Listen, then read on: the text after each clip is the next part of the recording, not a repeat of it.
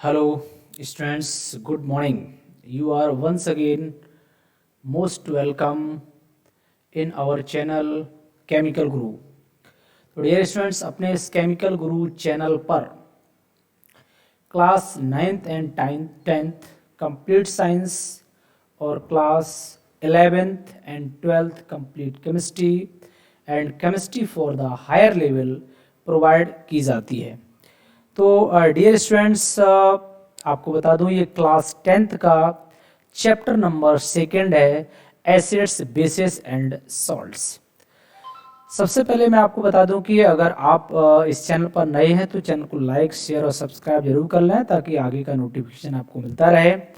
और सबसे जो खास बात है कि अब आप एक पेन और एक कॉपी लेकर के बैठें और आज मैं इस चैप्टर को कंप्लीट फिनिश करूंगा। मतलब जो है उसका जो इन टेक्स्ट का कंप्लीट मटेरियल, इन टेक्स्ट के क्वेश्चंस, साथ ही साथ एक्सरसाइज के questions, examples with conceptual explanation of the topics, आज ये चैप्टर कंप्लीट फिनिश किया जाएगा। तो वीडियो लास्ट तक जरूर देखें।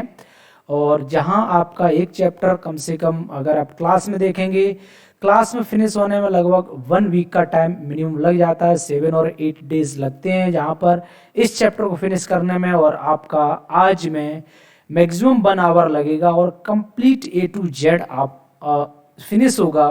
और एसिड और बेस से जो भी क्वेश्चन आएगा डेफिनेटली वो एक सिंगल क्वेश्चन भी आपसे मिस नहीं होगा। तो इसलिए कंटिन्यू बने रहिए मेरे साथ। और सो चलिए मैं स्टार्ट करता हूँ। ठीक है डियर स्टूडेंट्स, और नए हो तो चैनल को सब्सक्राइब जरूर कर लें। तो देखिए फर्स्ट सबसे पहले हमने लिया है कि acids bases and salts, chapter number आपका 2 है, क्लास 10th का ही है, acids bases and salts.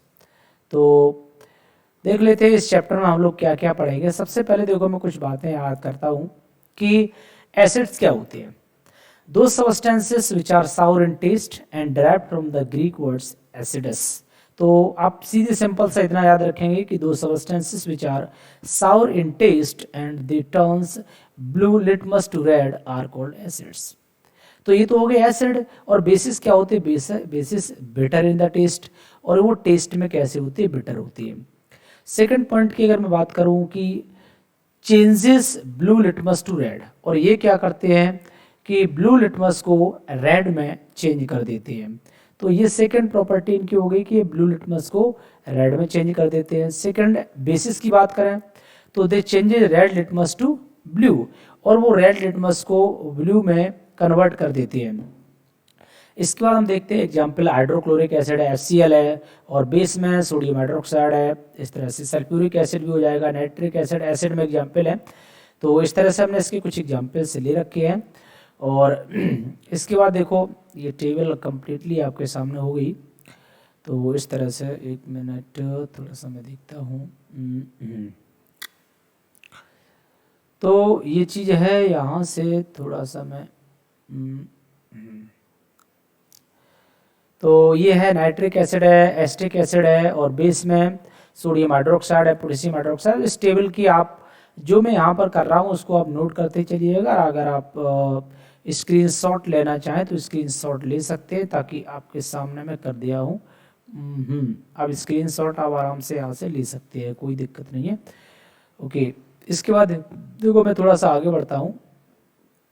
Next table आपके सामने होगी कि जो नेचुरली एसिड्स कहाँ कहाँ प्रेजेंट होते हैं, सम नेचुरली अकरिंग एसिड्स। जैसे कि विनेगर है भाई, विनेगर आप जानते हैं उसमें एसिटिक एसिड होता है ना, सिरका जिसको बोलते हैं।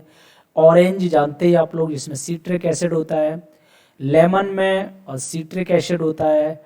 टमारिंड में क्या होता है? टोमेटो, टमारिंड में टार्ट्रिक एसिड होता है। इसी तरह से मैं बात करूंगा, टोमेटो में याद रखना कौन सा होता है? ऑक्जेलिक एसिड होता है। तो इसके बाद देखो बाकी की अगर मैं बात करूं, सावर मिल्क में कौन सा होता है? लैक्टिक एसिड होता है। एंट एंड नेटल स्टिक्स में मीथेनोइक एसिड होता है। तो ये कुछ नेचुरली अकरिंग एसिड्स हैं और जो आपको याद रखने हैं। इस तरह से आप इनको याद रखेंगे। बाकी एसिड्स बेस की थोड़ी सी सिंपल सी मैं कुछ डेफिनेशंस बता देता हूँ आपको। और तो इस तरह से देखो, एसिड एसिड बेस इंडिकेटर्स क्या होते हैं? Substances which indicate the presence of acid और बेस। तो ये कुछ इंडिकेटर्स का आइडिया दिया गया कि जो एसिड और बेस की प्रेजेंस बताओ उन्हें इंडिकेटर बोलते हैं।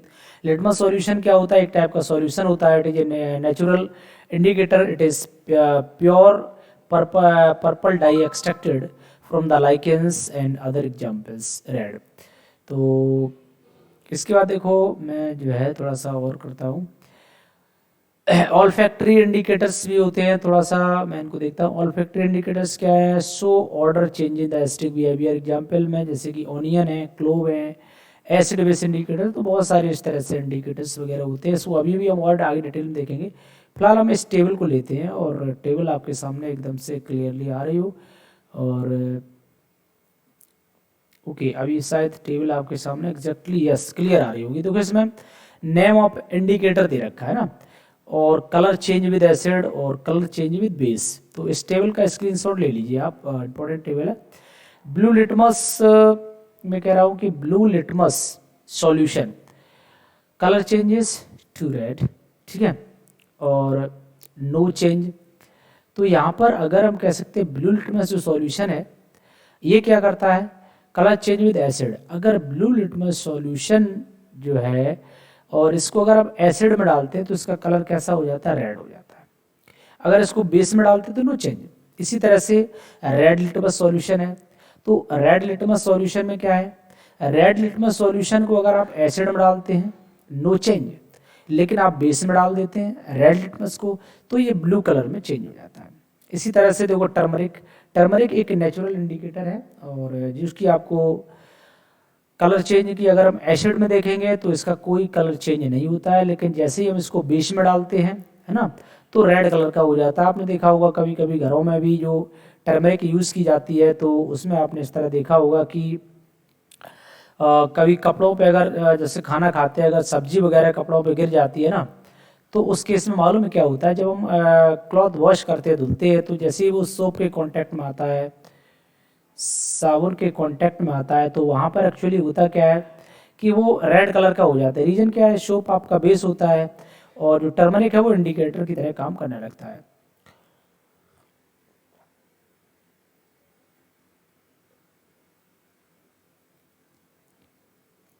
इसके बाद देखो मिथाइल ऑरेंज, ये भी एक इंडिकेटर है जो कि आपको बता दूं कि अगर हम क्या करते हैं, वैसे ये इसका ऑरेंज कलर होता है और अगर हम एसिड में डालते हैं तो ये रेड में कन्वर्ट हो जाता है, और बेस में अगर डालते हैं तो मिथाइल ऑरेंज येलो कलर का हो जाता है। ठीक है, तो याद रखना वैसे नेचुरली कैसा होता है? ऑरेंज होता है, एसिड में डालने पर रेड और बेस में डालने पर येलो। फिनोल्फथैलीन कलरलेस है तो इंडिकेटर होता है, एसिड में कोई चेंज नहीं होता है, लेकिन बेस में डालने पर फिनोल्फथैलीन जो है पिंक कलर में कन्वर्ट हो जाता है। तो इस तरह से आप इसको समझ सकते हैं। और मैं आपको बता दूं जैसे याद करने का भी एक तरीका है कि फिनोल्फथैलीन है ना, तो एसिड में क्या होता है? फिनोल्फथैलीन का कोई चेंज कलर चेंज नहीं होता है। ठीक है, जो फिनोल्फथैलीन, तो देखो पी फॉर फिनोल्फथैलीन की हम बात करें और पी फॉर पिंक की हम बात कर सकते हैं। मतलब ये है कि अगर हम बेस में डालेंगे तो फिनोल्फथैलीन कैसा? पिंक कलर का हो जाता है, लेकिन वैसे नेचुरली तो कलरलेस होता है और लेकिन एसिड में इसका कोई कलर चेंज नहीं होता है। इसके बाद देखो नेक्स्ट है डाइल्यूट एसिड है और कंसनट्रेटेड एसिड है, और ये सब आपको पता है कि डाइल्यूट एसिड वो होते हैं जब जिसमें वाटर का कंसनट्रेशन अगर ज़्यादा है और एसिड का कंसनट्रेशन कम है तो वो आपके डाइल्यूट एसिड्स कहलाते हैं। और सीधी बात कहें कि हाइड्रोनियम आयन का कंसनट्रेशन अगर कम रहता है तो आपके क्या होते हैं? वो डाइल्यूट एसिड्स कहलाते हैं। इसके बाद देखो कंसनट्रेटेड एसिड्स क्या होता है कि अगर वाटर की अमाउंट कम है और कंसनट्रेशन मतलब हाइड्रोनियम आयन का कंसनट्रेशन काफ़ी ज़्यादा है तो वो कंसनट्रेटेड एसिड कहलाते हैं। तो इसके बाद देखोगे नेक्स्ट आपके सामने आ रहा होगा। फिर हम बात करते हैं इंडिकेटर्स को, थोड़ा और डिटेल में देख लेते हैं कि क्या है इंडिकेटर्स। तो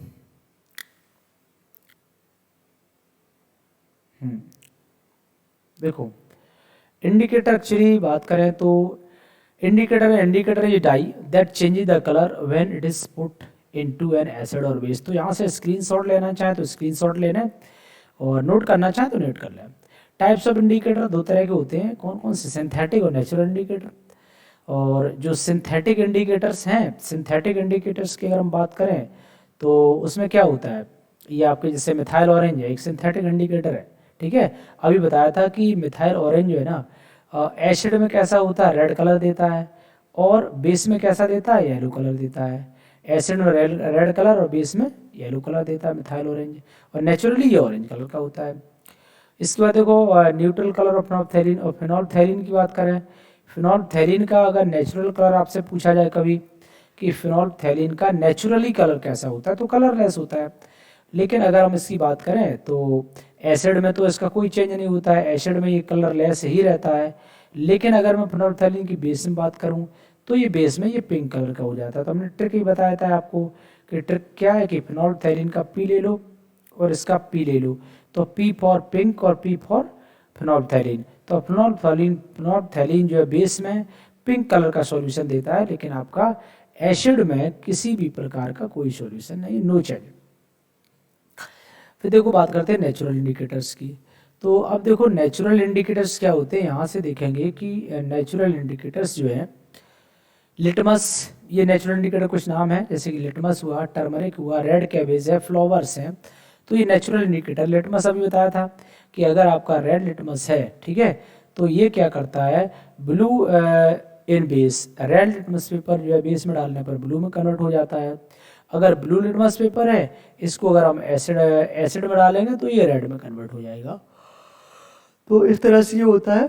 और फिर हम बात करते थे देखो टर्मरिक की, ये भी नेचुरल इंडिकेटर अभी बताया था कि टर्मरिक क्या होता है, बेसिक सॉल्यूशन में येलो कलर, बेसिक सॉल्यूशन में ये रेड कलर में कन्वर्ट हो जाता है, लेकिन एसिड में कोई चेंज नहीं होता है। रेड कैबेज की बात करो तो रेड कैबेज क्या होता है, it turns green in the basic solution. वैसे रेड कैबेज एक टाइप का कैबेज है, उसका हम एक्सट्रैक्ट निकालते हैं, उसका जूस निकालते हैं, और वो इंडिकेटर की तरह काम करता है, इट टर्न्स ग्रीन। और बेसिक सॉल्यूशन में क्या होता है कि जो रेड कैबेज का जो एक्सट्रैक्ट है वो आपका ग्रीन कलर में कन्वर्ट हो जाता है, किसमें, बेसिक सॉल्यूशन में, ठीक है, ये ग्रीन कलर में कन्वर्ट हो जाता है। और लेकिन अगर हम देखेंगे कि वैसे नॉर्मली क्या होता है, कोई चेंज नहीं होता है एसिडिक सॉल्यूशन में। फ्लावर्स में जैसे कि हाइड्रेंजिया की अगर हम बात करें तो हाइड्रेंजिया एक टाइप का फ्लावर्स है, और हाइड्रेंजिया का जो कलर होता है वो कैसा होता है, ब्लू कलर होता है। लेकिन जैसे ही हम इसको बेसिक सॉल्यूशन डालते हैं तो ये ब्लू कलर से किस में, पिंक कलर में चेंज हो जाता है। तो ये तो था आपका एक तरह से नेचुरल इंडिकेटर्स, ठीक है। अब कुछ बात कर लेते हैं दो एक ऑल फैक्ट्री इंडिकेटर्स की, कि ऑल फैक्ट्री इंडिकेटर्स क्या होते हैं। ऑल फैक्ट्री इंडिकेटर्स की जब आता है वहाँ स्मेल से आप थोड़ा आइडिया लगाएंगे कि दो इंडिकेटर्स हुज स्मेल और order change in the acidic और बेसिक सॉल्यूशन। कह सकते हैं कि ऐसे इंडिकेटर जिनकी स्मेल या हम कहें ऑर्डर एसिडिक और बेसिक सॉल्यूशन में डालने पर चेंज हो जाती है, उन्हें हम लोग क्या बोलते हैं, ऑल फैक्ट्री इंडिकेटर्स बोलते हैं। जैसे कि मैं बात करूं, ओनियन है और वेनिला है, तो आपको बता दूं कि अगर आप क्या करते हैं, जो ऑनियन है ना, ऑनियन को अगर आप डालते हैं किसमें, एसिड में डालो, तो एसिड में डालेंगे तो ऑनियन की जो स्मेल एकदम देखा होगा, एकदम बड़ी पंजेंट सी स्मेल ऑनियन की एकदम झड़प आती है तेज से। तो ऑनियन की जो अगर आप एसिड में डालेंगे तो उसकी जो कहने का मतलब है जो स्मेल है वो डिस्ट्रॉय नहीं होगी। लेकिन अगर आप उसको बेस में डाल देंगे तो बेस में डालने पर उसकी जो स्मेल है, ठीक है, वो डिस्ट्रॉय हो जाएगी, फिनिश हो जाएगी। सेम इसी तरह से वेनिला है, वेनिला को क्या करते हैं, अगर आप इसको एसिड में डालते हैं तो इसकी स्मेल जो चेंज नहीं होती है, लेकिन बेस में डाल देते हैं तो इसकी स्मेल क्या होती है, डिस्ट्रॉय हो जाती है। तो ये एक तरह से ऑल्फैक्टरी इंडिकेटर है, यानी कि स्मेल के द्वारा, उनके स्मेल के द्वारा भी हम एसिड और बेस को आइडेंटिफाई कर सकते हैं। तो हमारे पास बहुत सारे तरीके हैं जिसके द्वारा हम लोग एसिड और बेस आइडेंटिफाई कर सकते हैं। तो इसके बाद देखो नेक्स्ट हम बात करते हैं कि properties of acids and bases. Acid and bases की कुछ प्रॉपर्टी, एसिड्स की कुछ प्रॉपर्टीज हैं। जैसे फर्स्ट प्रॉपर्टी है कि एसिड्स हैव साउर टेस्ट, ठीक है, ये तो सभी जानते हैं कि एसिड स्वाद में खट्टे होते हैं। एसिड क्या करते हैं, ये ब्लू लिटमस को रेड में कन्वर्ट कर देते हैं। अभी अभी बताया था एसिड क्या करते हैं, एसिड जो है ब्लू लिटमस को रेड में कन्वर्ट करते हैं। एसिड सॉल्यूशन कंडक्ट इलेक्ट्रिसिटी, और हमें पता है कि एसिडिक जो सॉल्यूशन होते हैं वो इलेक्ट्रिसिटी के बहुत अच्छे कंडक्टर होते हैं। तो इस तरह से ये 3 पॉइंट्स हमने जो बताए, इन्हीं को पॉइंट्स को ही नोट करते चलना, ठीक है। जितना मैं यहाँ टिक कर देता हूँ उस तरह से आप नोट कर लीजिएगा। तो इसके बाद देखो नेक्स्ट में बात करता हूँ कि 4th पॉइंट है कि एसिड्स हम कह सकते हैं कि react with the metals to form hydrogen gas. और जब एसिड की रिएक्शन हम मेटल से कराते हैं, ये acid plus metal they form salt plus hydrogen gas. तो ये क्या देते हैं, साल्ट और हाइड्रोजन गैस देते हैं। एक एग्जांपल हमने ले लिया है, देखो जिंक लिया है प्लस H2SO4, तो यहाँ से हमने देखा कि ZnSO4 बन गया प्लस आपका H2 हाइड्रोजन गैस बन गया। तो इस तरह से होती है मेटल की रिएक्शन, जब भी एसिड से कराते हैं तो क्या बनता है, साल्ट प्लस हाइड्रोजन गैस बनती है।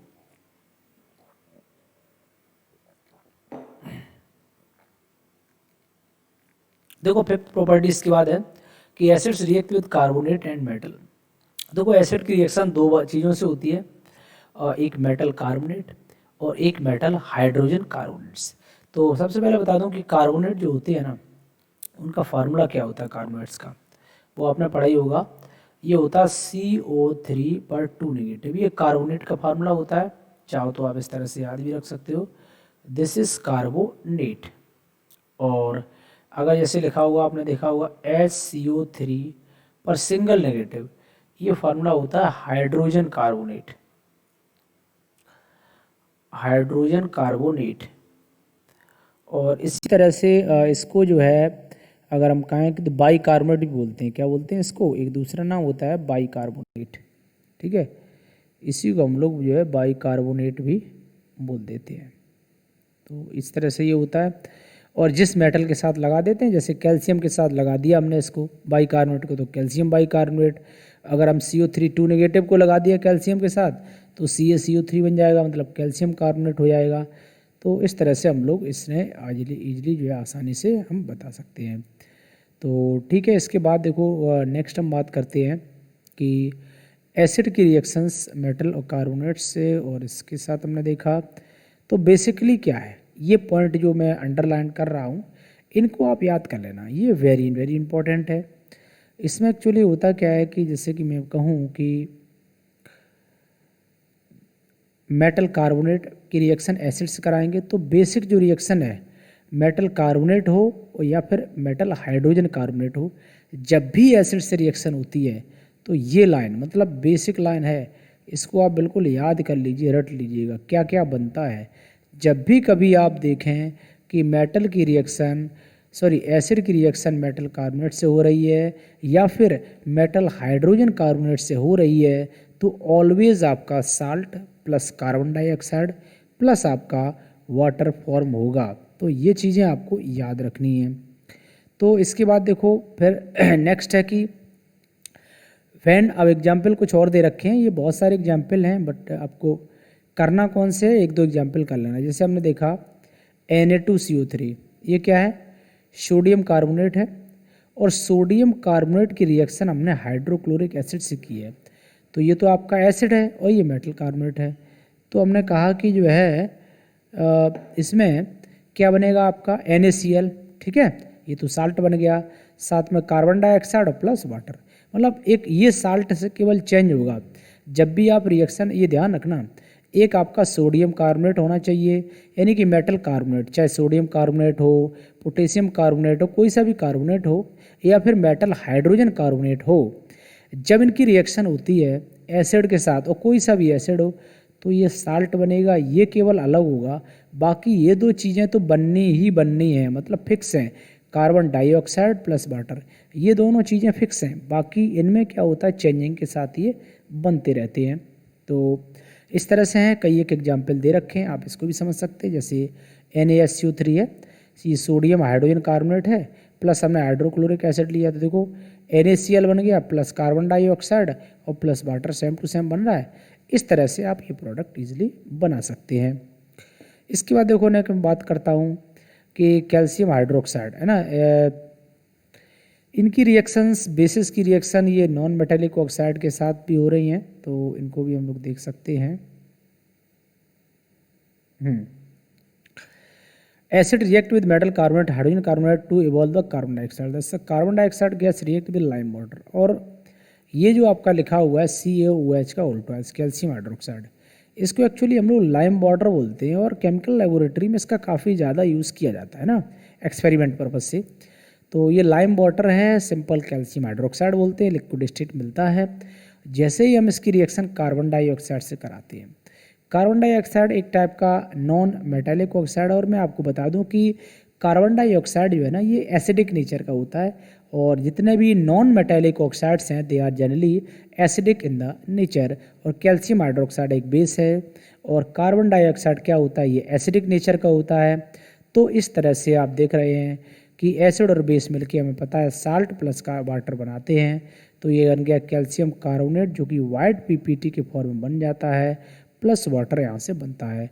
मिल्क वाटर जो मेक्स लाइम वाटर मिल्की, और लाइम वाटर कैसा होता है, मिल्की हो जाता है।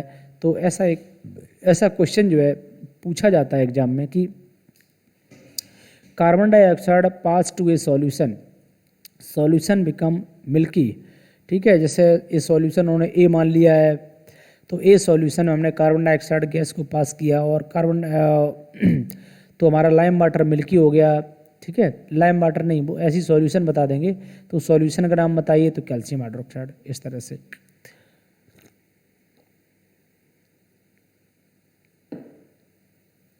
इसके बाद देखो, अगर एक बात ध्यान रखने वाली यहाँ पर है कि अगर हम एक्सिस ऑफ पास करा देंगे, axis of the carbon dioxide, अगर हम कार्बन डाइऑक्साइड को किस में एक्सिस में पास करा देंगे, ज़्यादा पास करा देंगे, तो उस केस में क्या होगा, जो हमारा कैल्शियम कार्बोनेट जो वाइट पीपीटी बना हुआ था, ये वाइट पीपीटी जो बना था ये फिर से कैल्शियम बाइकार्बोनेट में कन्वर्ट हो जाएगा। तो देख सकते हैं आप, ये मैंने यहाँ से दिखा दिया है। पहले देखो हमने ये ट्रांसपेरेंट टेस्ट ट्यूब ले रखी है, और देखो ट्रांसपेरेंट टेस्ट ट्यूब में सबसे पहले क्या है, क्लियर लाइम वाटर लिया, अब एकदम क्लियर है, और जैसे ही लाइम वाटर में हमने क्या किया, कार्बन डाइऑक्साइड गैस पास किया, तो ये क्या हो गया, मिल्क में कन्वर्ट हो गया, मतलब मिल्की बन गया। और मिल्की क्यों बन गया, इसका रीज़न ये है कि due to the formation of CaCO3, क्योंकि यहाँ पर कैल्शियम कार्बोनेट का फॉर्मेशन हो गया, इसलिए ये क्या हो गया, मिल्की बन गया। इसके बाद देखो, जब ज़्यादा समय तक हम कार्बन डाइऑक्साइड गैस अगर पास कर देते हैं, तो उस केस में क्या होता है कि ये फिर से कन्वर्ट हो जाता है CaSCO3 का होल ट्वाइस, यानी कि कैल्शियम बाइकार्बोनेट में, जो कि एक क्लियर सॉल्यूशन टाइप का बन जाता है।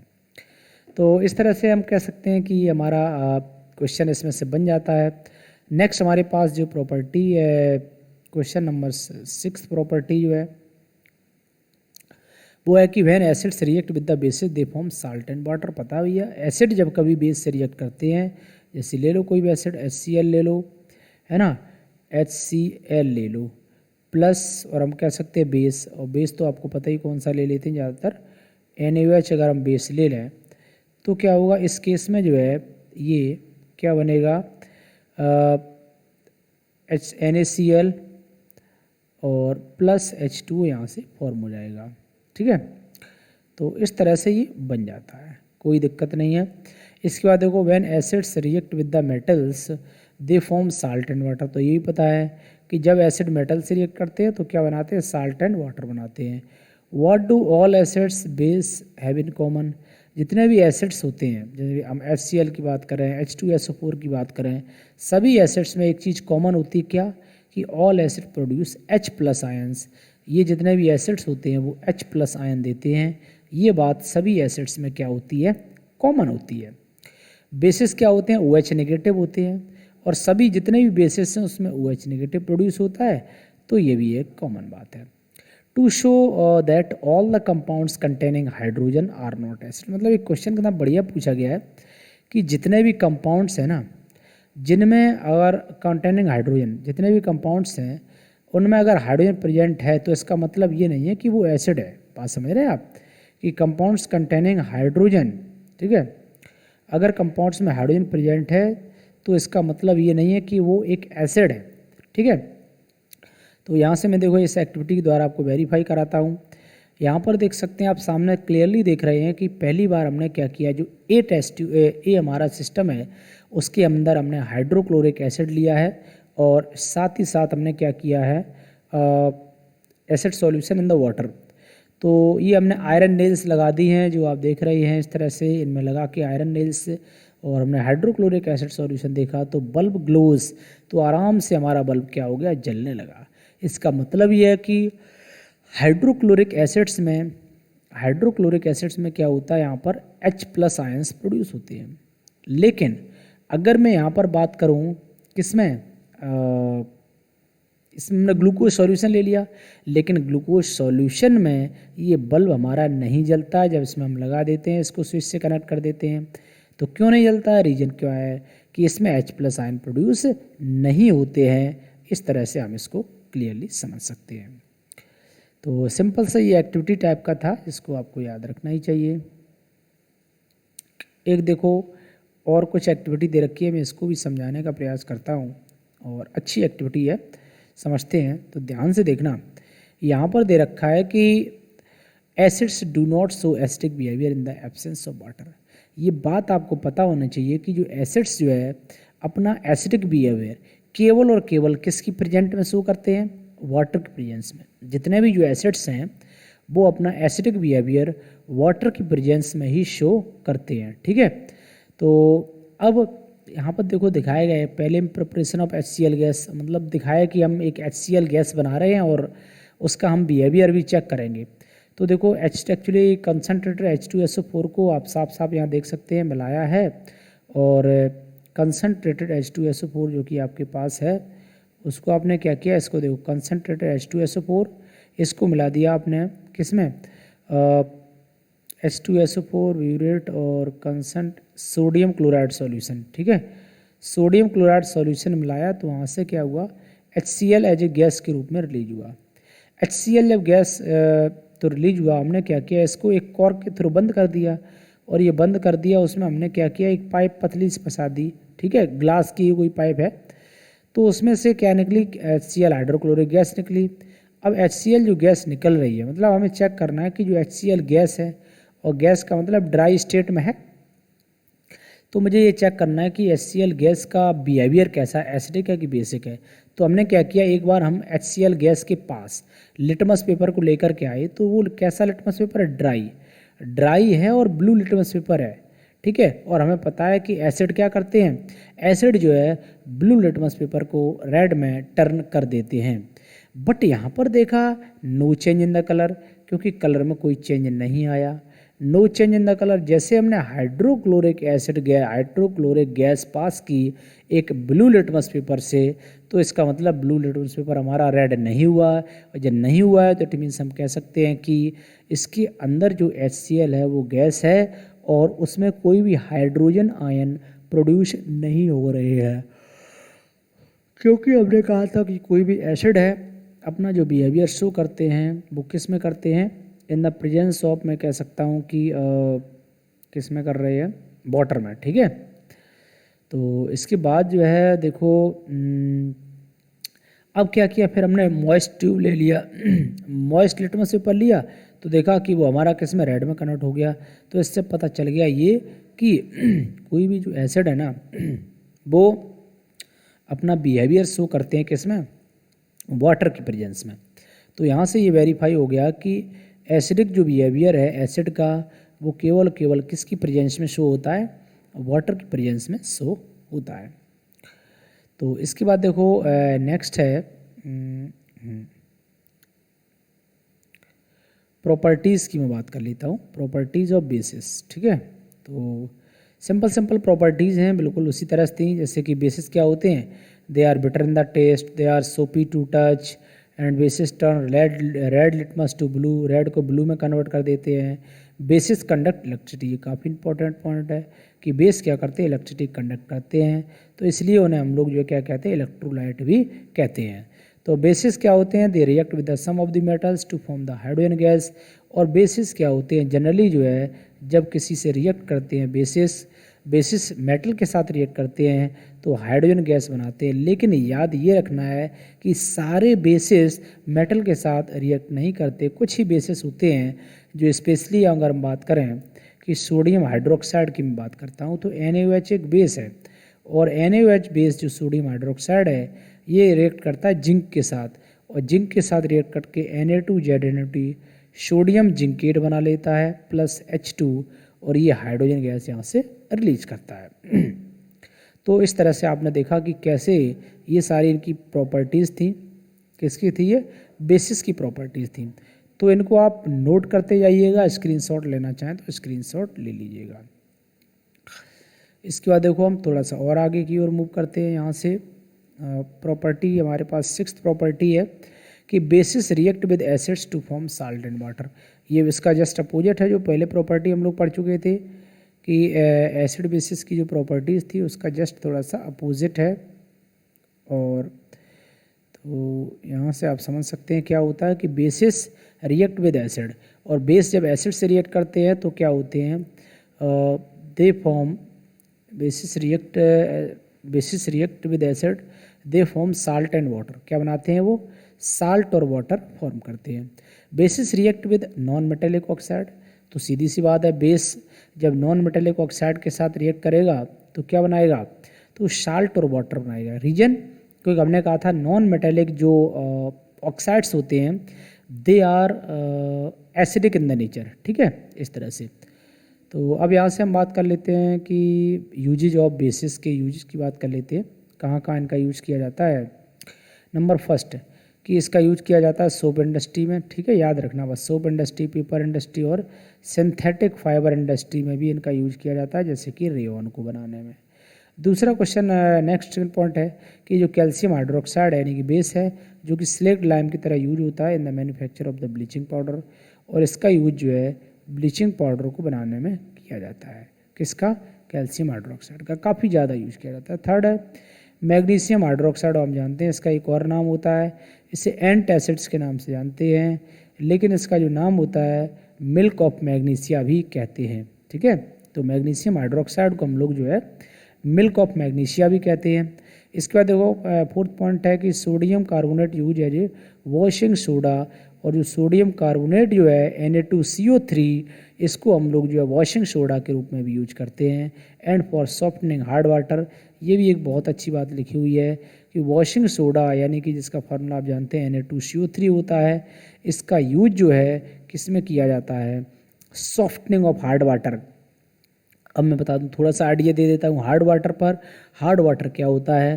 देखो हार्ड वाटर 2 टाइप्स का होता है, एक होता है टेम्परेरी हार्ड वाटर, एक होता है permanent hard water.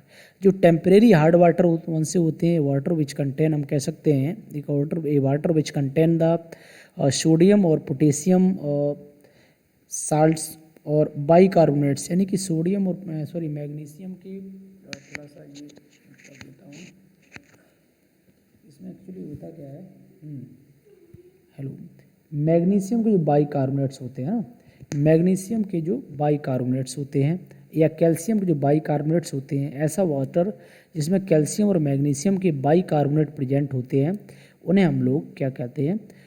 Temporary hard water कहते हैं। और हम कहें ऐसा वाटर जिसके अंदर कैल्शियम और मैग्नीशियम के सल्फेट, क्लोराइड, कार्बोनेट प्रेजेंट होते हैं उन्हें हम लोग परमानेंट हार्ड वाटर बोलते हैं। ठीक है, तो इसके बाद देखो नेक्स्ट आपका पॉइंट नंबर 5 है। ठीक है, और sodium hydrogen carbonate is used as a baking soda in the cooking food. तो ये सीधी है, घरों में हम लोग जनरली जो है खाने में यूज किया जाता है। ठीक है, फूड मटेरियल में कह सकते हैं, फूड मटेरियल मतलब जो है जैसे कि baking antacid to cure indigestion के में, और इसका और भी यूज है सोडा फायर एक्सटिंग्विशर में भी इसका यूज किया जाता है सोडियम हाइड्रोजन कार्बोनेट का। ठीक है, कार्बन डाइऑक्साइड गैस प्रोड्यूस करने के लिए। तो यहाँ देखो इसके बाद ammonia solution is a base, ammonia solution can use to clean the toilet sink, है ना, टॉयलेट सिंक्स वगैरह अगर क्लीन करना है तो हम अमोनिया सॉल्यूशन का यूज कर सकते हैं। देखो इस टाइप का अमोनिया सॉल्यूशन आता है, और हमें पता है कि अमोनिया सॉल्यूशन इस तरह का आता है जो कि एक बेसिक नेचर का होता है, मतलब ज़्यादा हार्ड नहीं होता है, बट इसका यूज किया जा सकता है।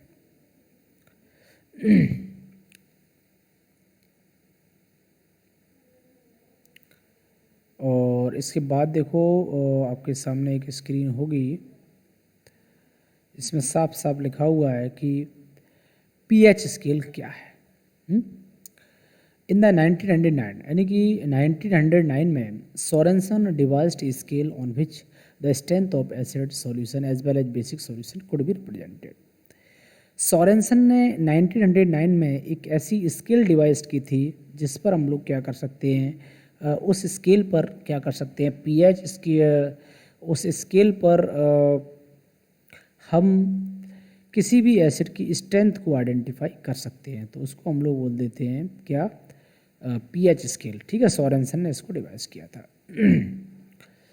इसके बाद देखो नेक्स्ट है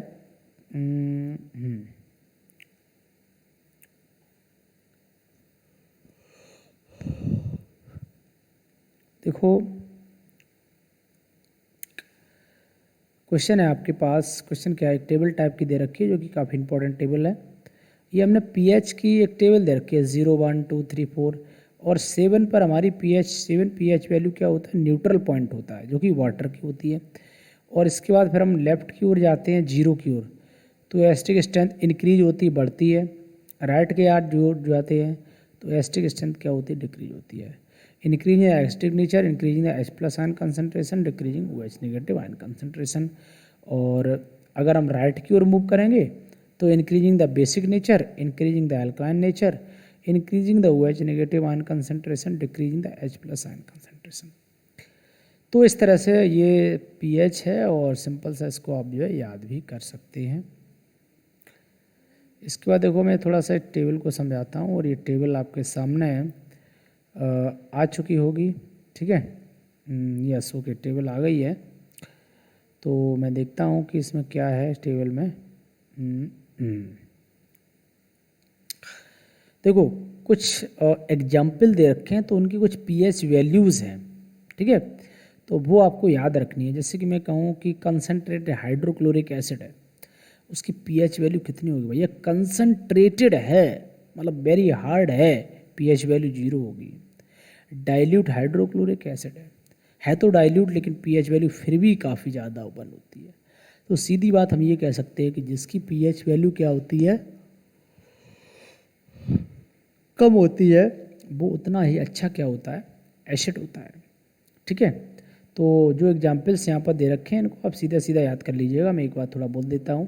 कंसनट्रेटेड हाइड्रोक्लोरिक एसिड की 0 होती है, डाइल्यूट HCl की 1 होती है, गैस्ट्रिक जूसेस की 1.4 होती है, लेमन जूस की 2.5 होती है, विनेगर की 4 होती है, टोमेटो जूस की 4.1, कॉफ़ी की 5 और सॉफ्ट ड्रिंक की 6 होती है, मिल्क की 6.5 होती है, प्योर वाटर की 7 होती है।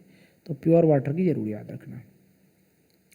सलावा की अगर हम बात करें तो बिफोर द मील्स यानी खाना खाने से पहले 7.4 होती है, और आफ्टर मील्स और खाना खाने के जो बाद होती है वो कैसी होती है, वो 5.8 हो जाती है। ब्लड की पीएच वैल्यू याद रख सकते हो, है ना, काफ़ी इंपॉर्टेंट पॉइंट है, पूछ दिया जाता है जनरली जो है कि ब्लड की पीएच वैल्यू कितनी होती है, तो आपको पता होना चाहिए कि ब्लड की पीएच वैल्यू कितनी होती है। ठीक है, तो कितनी होती है ब्लड की पीएच वैल्यू, अगर हम बात करें तो 7.4, ये एक इम्पॉर्टेंट पॉइंट है। एक्स में 7.8 की होती है, टूथपेस्ट में 7.8 होती है, बेकिंग सोडा सॉल्यूशन में 8.5 है, वॉशिंग सोडा, ठीक है, milk of magnesia, dilute sodium hydroxide, concentrated sodium hydroxide, ये सबसे खतरनाक है। बेस में अगर हम बात करें कंसनट्रेटेड सोडियम हाइड्रोक्साइड। ठीक है, इन्हें थोड़ा सा हैंडल करना मुश्किल काम होता है, बाकी ये नॉर्मली जिसकी पीएच वैल्यू कम है उन्हें ईजिली जो है आसानी से हैंडल किया जा सकता है। इसके बाद देखो कुछ और भी चीज़ें आपके सामने गिवन है, उनमें आप देख सकते हैं क्लियरली कि क्या क्या इसके अंदर मेंशन है। मैं कहूँगा कि पीएच अगर 0 है, ठीक है, तो कलर कैसा होगा, रेड होगा, कोई बता सकता है। अगर पीएच 1 है तो भी कलर रेड होगा, 2 है तो भी रेड होगा, 3 है तो ऑरेंज रेड है। ठीक है, और 4th अगर है तो ये ऑरेंज केवल होगा। इसी तरह से 5th 6th ठीक है, ग्रीन इज येलो ग्रीन, और 7 पे क्या होता है, ग्रीन होता है। तो इस तरह से कलर भी आपको याद रखने पड़ेंगे भाई, ठीक है।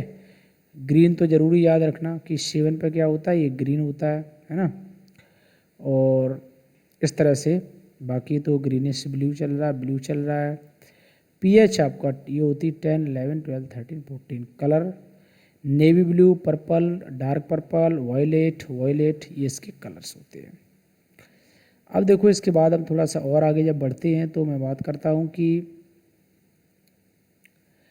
Natural indicator importance of the pH in everyday life, यानी कि हमारी एवरीडे लाइफ में अगर मैं देखूँ तो आखिर पीएच की क्या इम्पोर्टेंस है। देखा जाए तो पीएच की बहुत बड़ी इम्पोर्टेंस है हमारी लाइफ में। क्यों? क्योंकि देखो pH in our digestive system, हमारे डाइजेस्टिव सिस्टम में पीएच की इम्पोर्टेंस है। अगर पीएच वैल्यू ज़्यादा हो जाएगा तो डाइजेस्टिव सिस्टम क्या होगा, गड़बड़ करने लगता है। अगर कम हो जाएगी तो भी प्रॉब्लम है। तो इस तरह से पीएच वैल्यू का भी हमारे लाइफ में एक बड़ा योगदान होता है। तो देखो साफ साफ लिखा हुआ है कि dilute hydrochloric acid helps in the digesting our food, the excess of acid in the stomach causes indigestion. ठीक है, इंडाइजेशन कब होता है, जब हमारे स्टोमक में एसिड का कंसंट्रेशन बढ़ जाता है।